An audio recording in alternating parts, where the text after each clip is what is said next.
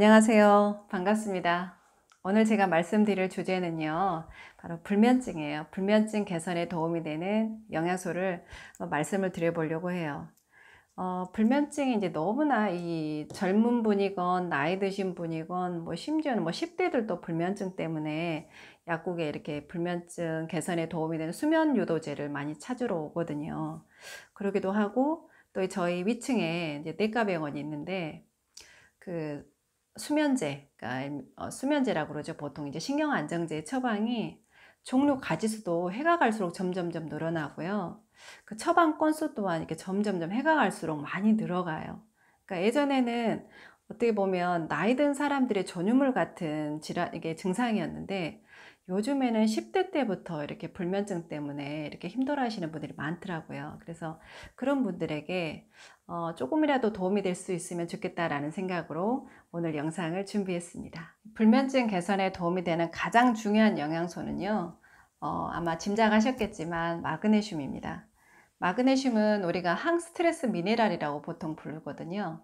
칼슘과 마그네슘은 항스트레스 미네랄이라고 부르는데, 우리가 스트레스를 받게 되면 나오는 호르몬이 있어요. 그게 이제 부신이라는 장기에서 나오는 건데, 이 코르티솔이라는 호르몬이 나와요. 근데 이 코르티솔이라는 호르몬은 분비가 되면 될수록 교감신경이 항진이 되거든요. 첫 번째로 교감신경이 항진이 되고, 두 번째로는요, 우리가 잠을 잘 때 그 분비가 돼야 되는 호르몬 있죠. 멜라토닌이라는 호르몬. 이 멜라토닌이라는 호르몬하고요, 상반되게 분비가 돼요. 그러니까 코르티솔 호르몬이 높아지면 이 우리가 수면을 취하는 데 필요한 멜라토닌 호르몬이 낮아지고, 멜라토닌이 높아지면 코르티솔은 낮아지고, 이렇게 상반되게 분비가 되거든요. 그러니까 이 코르티솔에 의해서 교감신경이 항진이 되고 또 하나는 멜라토닌은 적게 분비가 되고 이렇게 되거든요. 근데 바로 이때 이 마그네슘이 충분하게 공급이 되면 이 코르티솔이라는 이 호르몬의 수치를 떨어뜨릴 수 있다는 겁니다. 정말 중요하죠. 이 마그네슘은 우리가 보통 두통이 있을 때 먹거나 쥐가 날 때 먹거나 근육통이나 담이 결릴 때 먹거나 여러 가지 이유로 먹잖아요. 그러니까 그런 것을 보면 알 수 있듯이 이렇게 약간 뭔가 항진이 되고 뭔가 긴장성을 보일 때 이제 먹는 건데, 바로 이게 이제 이러한 이유 때문에 이 마그네슘이 불면증 개선에도 굉장히 중요한 영양소라는 거예요. 그리고 또 한 가지는 마그네슘은 이렇게 근육을 부드럽게 이완을 시켜주잖아요. 릴렉스 시켜주니까 우리가 잠을 잘 때는 근육이 수축이 된 상태에서는 잠을 잘 수가 없죠. 그래서 마그네슘이 불면증 개선에 도움이 될 수 있는 거고요. 그리고 불면증 개선에 도움이 되는 두 번째 영양소는요, 바로 이제 비타민 B9입니다. 우리 보통 엽산이라고 그러면 아마 잘들 아실 거예요.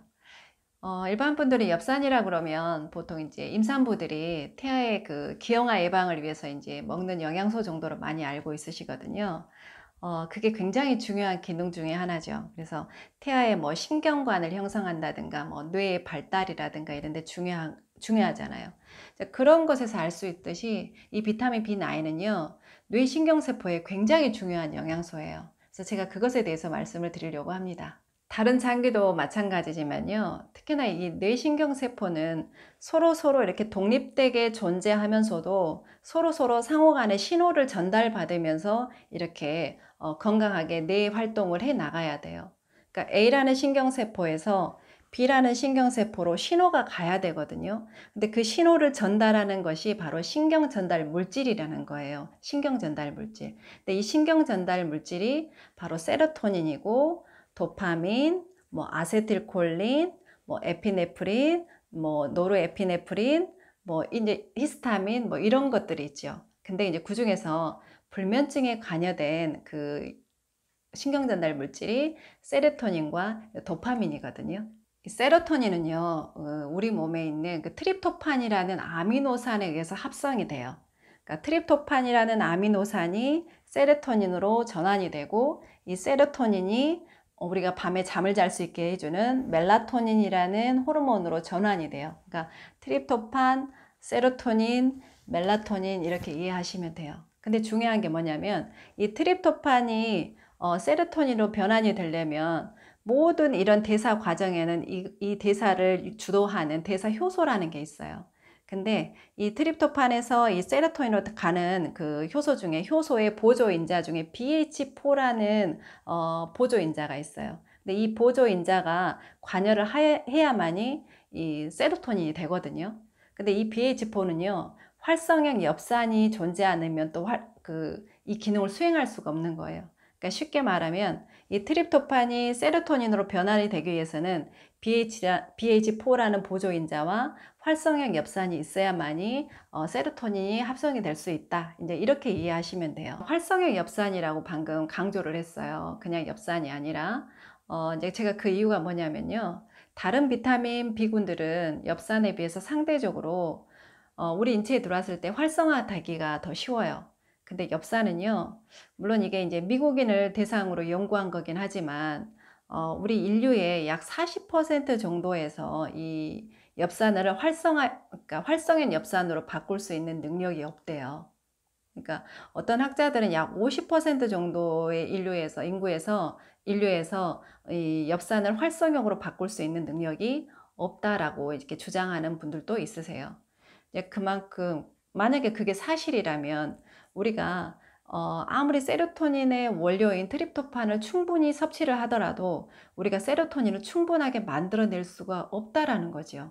물론 그게 언제부터인지는 제가 잘 모르겠지만 지금 최근의 연구 결과에 의하면 우리가 그럼으로써 세로토닌이 부족할 수밖에 없다라고 이제 주장을 한다라는 거죠. 그리고 불면증에 관여하는 또 신경전달 물질이 도파민이라고 그랬죠. 근데 이 도파민은 페닐알라닌이라는 아미노산에 의해서 합성이 돼요. 그러니까 페닐알라닌이 티로신으로 전환이 되고 이 티로신이 도파민이 되는 거거든요. 근데 아까 말씀드렸던 거하고 똑같이 이 페닐알라닌이 도파민으로 되는 과정 중에 관여하는 보조인자가 또 한번 BH4예요. 그러니까 아까 말씀드린 그대로 이 BH4는 활성형 엽산이 없으면 이 페닐알라닌을 도파민으로 만들어낼 수가 없는 거예요. 합성을 할 수가 없는 거예요. 그러니까 이 도파민이나 이 세로토닌은요, 결국은 이 활성형 엽산이 굉장히 중요한 역할을 해요. 그러니까 활성형 엽산이 있어야만이 이 조효소가 있어야만이 바로 이제 도파민을 충분하게 만들어낼 수 있고, 또 그 다음에 이 세로토닌이라는 신경전달 물질, 우리 해피 호르몬이라고 부르는 이 세로토닌을 만들어내서 우리가 충분하게 수면을 유도할 수 있게끔 도와준다라는 겁니다. 그래서 이제 엽산에 대해서 결론적으로 말씀을 드리자면요. 태아에 있어서는 뭐 신경관을 형성을 하고 뇌의 발달에 필수적인 성분이기 때문에 부족하게 되면 뭐 발달 장애아라든가 뭐 이렇게 뭐 미숙아라든가 이런 게 이제 이렇게 태어날 수가 있잖아요. 그러니까 그런 거하고 똑같이 이제 성인에게서 엽산이 부족하게 되면 이제 어린 아이들에게는 뇌 발달이 되지 않게 되고 성인들에게는 이제 건강한 뇌 기능이 이제 형성이 잘 안 되겠잖아요. 그래서 뭐 우울증이라든가 뭐 불면증이라든가 뭐 치매라든가 여러 가지 그런 정서장애, 그러니까 뇌 기능 장애를 가질 수 있다라는 거예요. 굉장히 중요한 영양소 중에 하나죠. 그리고 제가 지금 엽산에 대해서 이제 중요성에 대해서 많이 말씀을 드렸는데요. 이것 외에도 이런 과정에 관여하는, 그러니까 뇌신경세포에서 신호 전달하는 데 관여하는 영양소들이 많이 있죠. 그러니까 비타민에서도 뭐 비타민 B1이라든가 특히나 비타민 B6, 뭐 비타민 B12 이런 것들은 다 중간중간 관여를 하고 있고요. 그 다음에 뭐 아연이라든가 뭐 칼슘이라든가 마그네슘 이런 게 다 조효소나 이제 뭐 이런 보조인자로서 다 작용을 하고 있어요. 그래서 이제 제가 드리고 싶은 말씀 뭐냐면 비타민 B9이 들어있는 종합 비타민이 별로 없어요.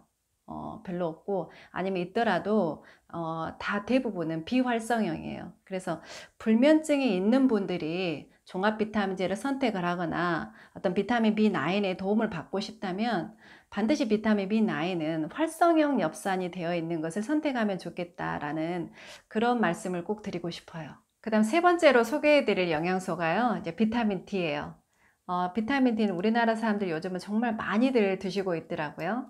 얼마 전까지만 해도 약 88% 정도에서 비타민 D가 부족증을 보이고 있다라 그랬는데, 최근에는 아마 그 부족률이 좀 더 이렇게 낮아지지 않았을까라는 생각은 듭니다.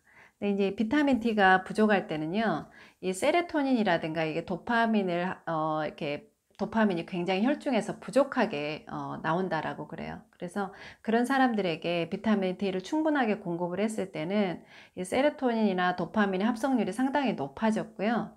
그 다음에 어떤 그 정신병 초기 증세인 초기 증세를 앓고 있는 분들에게 이렇게 환각이라든가 이렇게 망상이 있는 분들에게 비타민 D를 충분하게 공급을 했었을 때 그런 증세가 현저하게 이렇게 낮아졌다라는 결과가 있더라고요.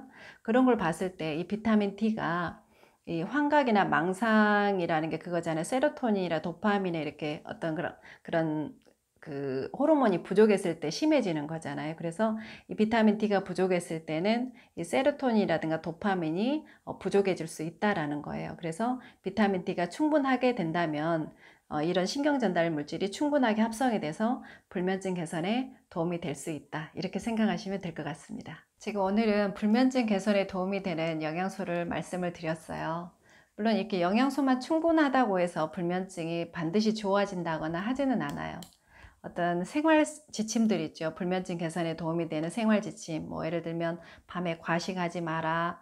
뭐 잠이 오지 않는데 굳이 잠자리에 들지 마라. 아침엔 항상 정해진 시간에 꼭꼭 일어나서 햇빛을 봐라. 이런 생활 지침들도 잘 이행을 하시고요. 그리고 또 부족한 영양소도 잘 공급을 받으셔서 부디 불면증 있으신 분들은 불면증에서 벗어나는 그런 날이 오기를 진심으로 바라겠습니다.